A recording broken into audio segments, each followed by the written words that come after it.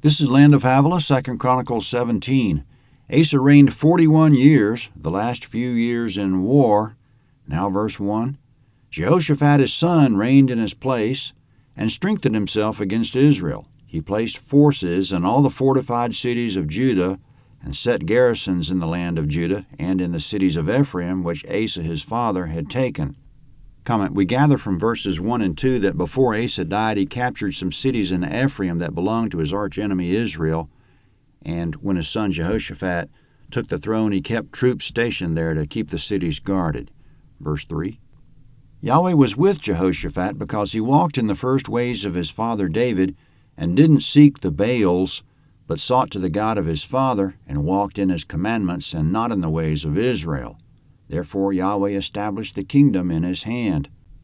Comment in verse 3, Jehoshaphat didn't seek the Baals. Baal means Lord. It was part of the title of many of the regional gods. There was Baal Zephon, associated with Egypt, Exodus 14:2, Baal Peor, associated with Moab, Numbers 25:3, and Baal Zebub, associated with the Philistines, 2 Kings 1:2. But during this time, if it was just Baal singular, it referred to the Baal of the Phoenicians. This was the one the Israelites adopted so heavily under King Ahab and his Phoenician wife Jezebel. Jehoshaphat didn't go for that. In verse 4, he walked not in the ways of Israel, meaning he didn't go after any god but Yahweh. Still in verse 5, all Judah brought tribute to Jehoshaphat, and he had riches and honor in abundance. His heart was lifted up in the ways of Yahweh. Comment, he wanted to do everything Yahweh's way. That's what got his heart pumping. Middle of verse 6. Furthermore, he took away the high places and the Asherah poles out of Judah. Comment, coming up, princes means priests or officials. Verse 7. Also in the 3rd year of his reign, he sent his princes, even Ben-Hail, Obadiah, Zechariah, Nethanel, and Micaiah, to teach in the cities of Judah, and with them the Levites, even Shemaiah, Nethaniah, Zebediah, Asahel, Shemiramoth, Jehonathan, Adonijah, Tobijah, and Tobadonijah, the Levites, and with them Elishama and Jehoram, the priests. They taught in Judah, having the book of Yahweh's law with them. They went about throughout all the cities of Judah and taught among the people. Comment, a generation ago under Asa, Judah was, quote, without the true God, without a teaching priest, and without law, 2 Chronicles 15:3. But it was implied Asa corrected the situation. It goes hand in hand that if there's no teaching of the Scripture, there's no law or Yahweh as far as the people are concerned. In verses 7 to 9, we just read, Jehoshaphat educated them. Yahweh told Moses that one day the people would demand a king, and when it came to pass, the king should write out a copy of the law for himself, quote, and he shall read from it all the days of his life, Deuteronomy 17:19. Yahweh also directed that the public should be educated in the law of Moses. It was to be done in a specific way, every 7 years, at the Feast of Tabernacles.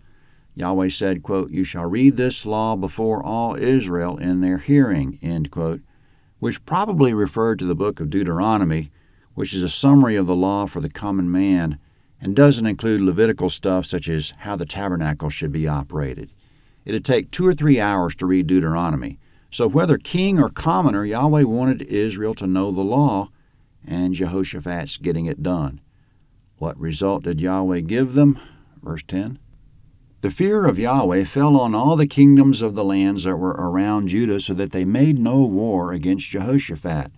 Some of the Philistines brought Jehoshaphat presents and silver for tribute.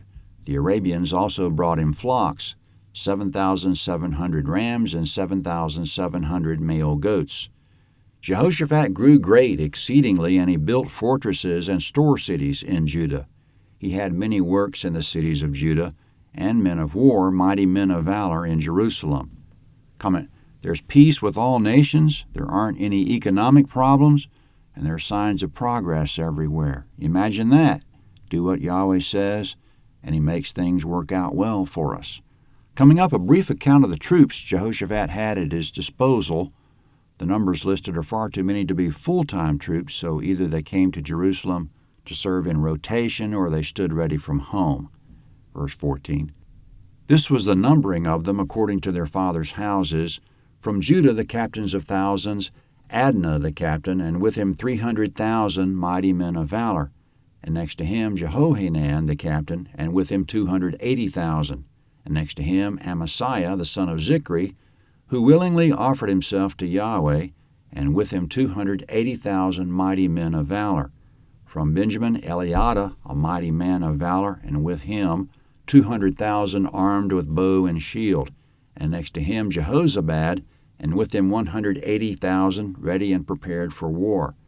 These were those who waited on the king, in addition to those whom the king put in the fortified cities throughout all Judah.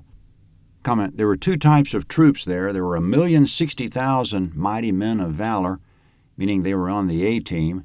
We might imagine they were in their prime or close to it and had no significant limitations, could get to the battle quickly. Then in verse 19, there was another class of troops assigned to the fortified cities. Maybe they were, how should we say, not on the travel squad. 2 Chronicles 18 is next.